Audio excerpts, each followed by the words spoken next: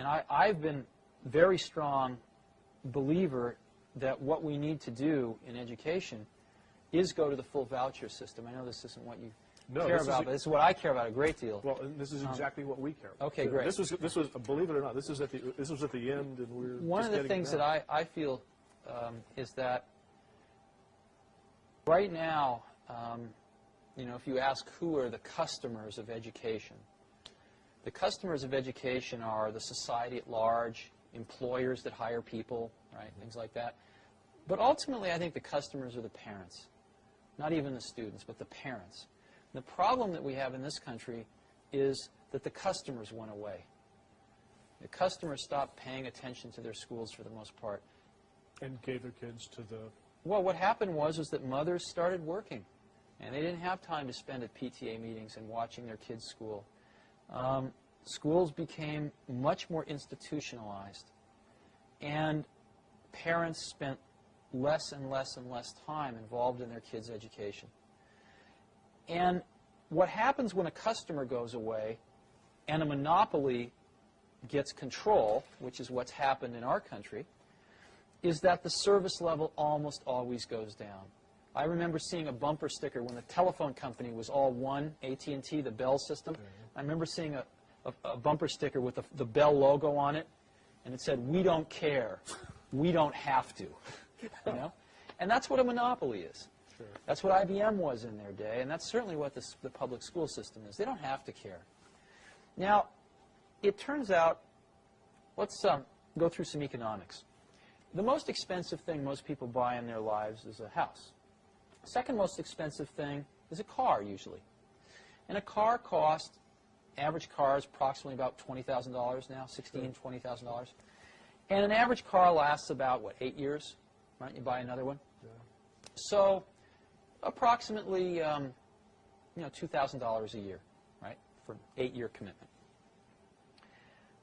Well, your child goes to school, right, approximately 8 years in K through 8, right? Right. You don't like to switch schools. It's about an 8-year commitment. What does the state of California spend per pupil per year? I have no idea. In a public school? I have no idea. What they spend per year per pupil is about $4,400. Wow. Okay? About over twice as much as a car. Now, it turns out that when you go to buy a car, you have a lot of information available to you to make a choice, and you have a lot of choices. Oh, yeah. I mean, General Motors and Ford and Toyota and Chrysler and Nissan, they are advertising at me like crazy. I can't get through a day without seeing 5 car ads. And they seem to be able to make these cars efficiently enough that they can afford to take some of my money and advertise to other people with it. Sure. So that everybody knows all about these cars. And they keep getting better and better and better each year because there's a lot of competition. And there's a warranty. And there's a warranty, that's right. But in schools, since people don't feel like they're spending their own money, they feel like it's free, right? No one does any comparison shopping. Matter of fact, if you want to put your kid in a private school, you can't take the $4,400 a year out of the public school and use it. You have to come up with, you know, $5,000 or $6,000 of your own, or even $4,400 of your own money. Sure. Or more. I believe very strongly that if the country gave each parent a voucher, a check for $4,400 that they could only spend at any accredited school, that several things would happen. Number one, schools would start marketing themselves like crazy to parents to get students. Secondly, I think you see a lot of new schools starting. I've suggested as an example, if you go to Stanford Business School, they have a public policy track. They could start a school administrator track. So you could get a bunch of people coming out of college, tying up with somebody who just got out of business school. They could be starting their own schools. Sure. You could have 25-year-old kids out of college, very idealistic, full of energy. Instead of starting a Silicon Valley company, they'd start a school. And I believe they would do far better than many of our public school teachers do. The third thing you'd see is I believe that you would see the quality of schools, again, just like in a competitive market, start to rise. Some schools would go broke. A lot of the public schools would go broke. There's no question about it. It would be rather painful for the first several years. And deservedly so. But I think far less painful than the kids going through the system as it is right now.